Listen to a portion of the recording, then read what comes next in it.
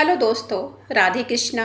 मैं नीलम तिवारी आप लोग का अपने चैनल राधे कृष्णा में स्वागत करती हूँ। उम्मीद करती हूँ आप लोग स्वस्थ होंगे, मस्त होंगे। भोलेनाथ की कृपा आप सभी लोगों पे बनी रहे।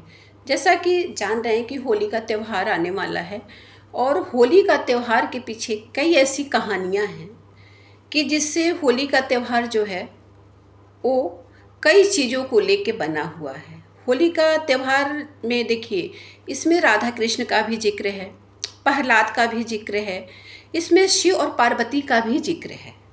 तो होली ऐसा एक पर्व है कि जिसमें अगर हम सही चीज़ सही मुहूर्त पे और सही समय पे करते हैं तो उसका फल साल भर तक बहुत अच्छा मिलता है। तो इसलिए सही मुहूर्त पे ही चीज़ों को करना ज़्यादा ही श्रेष्ठ होता है। देखिए, इसके पीछे जो शिव पार्वती जी की कहानी है कि शिव जी जो थे ध्यान में मग्न थे, वो ध्यान में अपने मग्न थे। माता पार्वती जी बड़ी परेशान थी उनको ध्यान से हटाने के लिए, लेकिन उनका जो भी करती वो ध्यान नहीं तोड़ते। फिर उन्होंने क्या किया कि कामदेव से फिर उन्होंने कहा कि आप ही ऐसा एक वो हैं कि जो भोलेनाथ को ध्यान भंग कर सकते हैं। तो कामदेव ने क्या किया कि भोलेनाथ को ध्यान भंग करने के लिए उन्होंने बहुत प्रयास किए। उनके प्रयास की बदौलत उनका ध्यान भंग हो गया। जैसे ही भोले बाबा का ध्यान भंग हुआ, जैसे वो अपने उसमें आ गए, वो क्रोधित होके कामदेव को श्रापित कर दिए। जब वो श्रापित हो गए और अपनी पत्नी जो है रति से अलग हो गए, तब फिर माँ पार्वती जी के निवेदन करने पे भोलेनाथ ने फिर उनको उस श्राप से मुक्त किया। तो इसमें प्रेम का भी जिक्र है, राधा कृष्ण का जिक्र है। राधा कृष्ण का जो वृंदावन मथुरा में जो होली खेली जाती 1 महीने पहले से होती है। फूलों से होली खेली जाती है, गुलालों से होली खेली जाती है, कई चीज़ों से होली खेली जाती है। वृंदावन पूरा ही मतलब रंगमय हो जाता है। तो इसमें जो है दिखाया गया है कि बुराई कितनी भी बड़ी हो, लेकिन जीत जो होती है वो सत्य की होती है।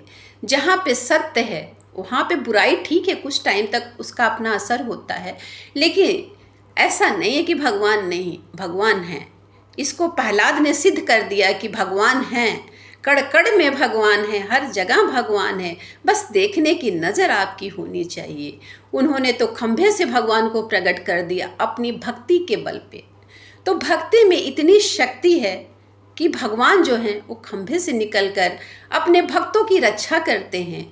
जब जब मुसीबत उनके भक्तों पे आई है, तब तब वो किसी न किसी अवतार में आके अपने भक्तों की रक्षा करके भक्ति की लाज बचाई है। तो चलिए, इतनी तो बातें हमने आपसे बता दी। अब बात करते हैं कि जो पूर्णिमा है कब से लग रही है और होलिका दहन कब करना चाहिए। इसमें देखिए, भद्रा का भी साया चल रहा है, भद्रा भी लगेगा 13 को, और जो है चंद्र ग्रहण जो है वो 14 को दिखाया जा रहा है। तो जो लोगों में जो मतभेद हैं, जो चीज़ें हैं, उसको हम बताते हैं कि कैसे क्या है। और इसमें कोई डरने की बात नहीं है कि चंद्र ग्रहण लग रहा है। चंद्र ग्रहण का लगना तो स्वाभाविक है, लेकिन कितना असर इस देश में है उसको जानना जरूरी है। तो देखिए, जो होलिका दहन है, होलिका का जो पूर्णिमा आपकी लग जाएगी वो 13 तारीख को सुबह 10:36 पे आपकी पूर्णिमा लग जाएगी 13 तारीख को, और 14 को 12:35 पे पूर्णिमा तिथि 14 को समाप्त हो जाएगी। अब ऐसे में जो लोग पूर्णिमा व्रत करते हैं, पूर्णिमा का व्रत उनको कब करना चाहिए इसको जानते हैं। तो देखिए, हिंदू धर्म में जो चीज़ें होती हैं उदया तिथि से हम लोग लेते हैं, सूर्य मुख से ही हर चीज़ को लिया जाता है। तो 13 तारीख को जो आपकी पूर्णिमा लग रही है वो 10:36 पे लग रही है। तो जो पूर्णिमा का सत्यनारायण का पूजा करते हैं, जो लोग कथा करवाते हैं, व्रत रहते हैं पूरे दिन, वो 14 को रहेंगे, 13 को नहीं रहेंगे। तो 13 को रात की पूर्णिमा मिल रही है, 14 को दिन की पूर्णिमा मिल रही है। तो जो रात की पूर्णिमा मिल रही, चंद्र का अर्घ है वो 14 को ही आप लोग देंगे। भले आपको पूर्णिमा नहीं मिल रही है, लेकिन व्रत का जो सही समय है वो 14 को ही है पूर्णिमा का। अब होलिका दहन का कब है, देखिए, जैसे ये आपका 13 तारीख को 10:36 पे जैसे आपकी पूर्णिमा तिथि लगेगी, वैसे ही आपका भद्राकाल शुरू हो जाएगा। 13 तारीख को पूरे दिन आपका भद्राकाल चलेगा। भद्राकाल जो है आपका समाप्त होगा रात को 11:26 पे 13 तारीख को। और जैसे ही भद्रा समाप्त होगा वैसे ही होलिका दहन किया जाएगा। इतना आप लोग समझ लिए कि भद्रा पूरे दिन आपका है। 10 बजे के 10:36 के बाद पूरे दिन आपको 13 तारीख को भद्रा है। तो भद्रा में कोई भी कार्य आपको नहीं करना है। भद्रा में कोई भी कार्य आप नहीं करेंगे। अगर आपने जो होलिका दहन के लिए जो सामान लिया है, जैसे मान लीजिए कि जौ की गेहूं की बालियां होती हैं, चने की बालियां होती हैं, गुलाल होता है, जो चीज़ें पूजा की थाली आप लोग तैयार करते हैं, उपले होते हैं, घी होता है, जो चीज़ आप लोग तैयार करते हैं अग्नि में डालने के लिए, अग्नि में आहुति देने के लिए, उसको तो आप रख लीजिएगा। लेकिन जब आप होलिका दहन के लिए जाइएगा तो एक बार उन चीज़ों पे गंगा जल का छिड़काव अवश्य कर दीजिएगा। उससे उन चीज़ों की शुद्धि हो जाएगी। होलिका दहन के दिन क्या क्या करना चाहिए इसको हम जान लेते हैं। देखिए, होलिका दहन का दिन जो होता है बहुत प्राचीन काल से इसी चले आ रहा है। हम लोग भी अपनी दादी परदादी माँ से यही सुने हैं कि होलिका दहन के दिन सरसों का जो होता है उपटन लगाना चाहिए। इसके पीछे क्या रीजन है, क्यों सरसों का उपटन ही लगाना चाहिए? तो देखिए, जिस समय हम लोग जो ये 7 दिन का होता है, जो होला अष्टक होता है, हमने आप लोग को पहले भी वीडियो दे दी है होला अष्टक की। तो जो होला अष्टक का ये 7 दिन 1 हफ्ते का होता है, उसमें पूरे ब्रह्मांड में जो होती है नकारात्मक जो शक्तियाँ होती हैं वो भ्रमण करती हैं और वो हमारे शरीर को, हमारी आत्मा को कहीं ना कहीं वो करती हैं, डिस्टर्ब करती हैं।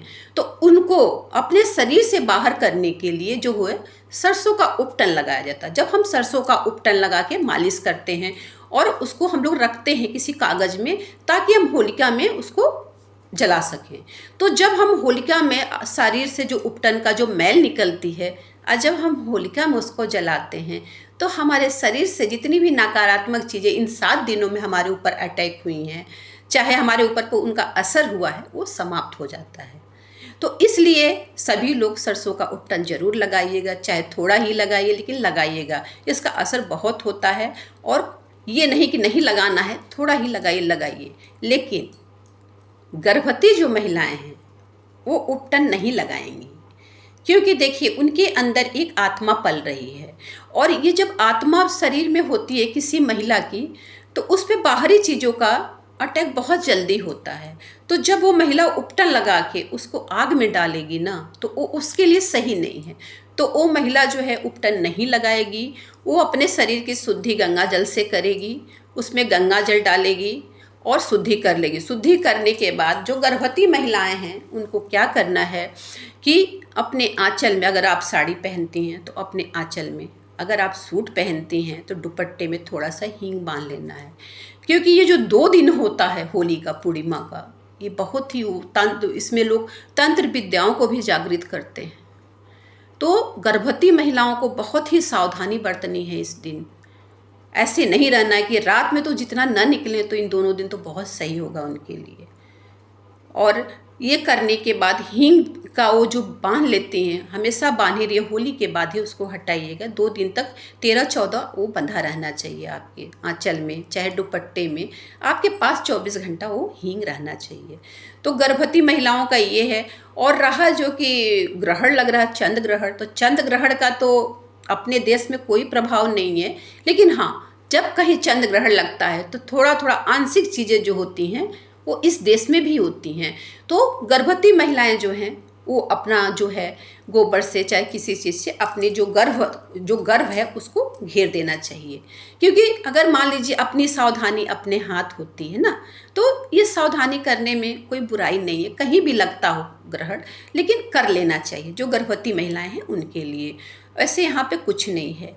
इसमें पूजा पाठ आप लोग का बहुत महत्व रखता है। जो होलिका दहन होती है उस दिन आप लोग को पूजा पाठ विशेष करना चाहिए। अगर किसी चीज़ की आप सिद्धि करना चाहते हैं, आपके घर में जो चीज़ें हैं, मान लीजिए दक्षिणावर्ती शंख है, श्री यंत्र है, कुबेर यंत्र है, तो इन सब की सिद्धि आप लोग इस दिन करेंगे। गंगा जल में जो पंचामृत होता है उसको बना के दही दूध से इनको शुद्ध करेंगे। शुद्ध करने के बाद आपको इसका धूप दीप करना है और श्री सूक्तम का पाठ जरूर करना है। विष्णु जी के सहस्त्र नाम का पाठ अवश्य करना चाहिए इस दिन, क्योंकि देखिए ये जो चीज़ें होती हैं ना, आगे के लिए आपके लिए बहुत सही होती हैं। ऐसा नहीं कि होली रंगों का त्यौहार है, होली पूजा पाठ का भी त्यौहार है, होली तंत्र विद्या का भी त्यौहार है। इसमें जो बहुत तांत्रिक लोग होते हैं, देखिएगा शमशान में जाके अपनी विद्याओं को जागृत करते हैं, तो ये चीज़ भी है। तो इस तरह सब चीज़ों को ध्यान में रखते हुए करना चाहिए। और होलिका दहन में आप लोग जाइएगा तो जाके पहले जल का छिड़काव करिएगा, फिर जो अपने घर से ले गए हैं सामान को उसको होलिका में डालिएगा। जो बाली होती है उसको अध पका पका के उसको घर लाया जाता है, बहुत लोग साल भर तक रखते हैं, प्रसाद के रूप में उसको ग्रहण किया जाता है। बहुत लोग वहाँ से अग्नि लाते हैं। पहले गाँव में क्या था कि अग्नि लाते थे, अग्नि से ही उस चूल्हा को, अपने घर की चूल्हा जलता था और फिर खाना बनता था। तो अब तो वो सिस्टम है नहीं, हर घर में गैस है, गैस का चूल्हा है।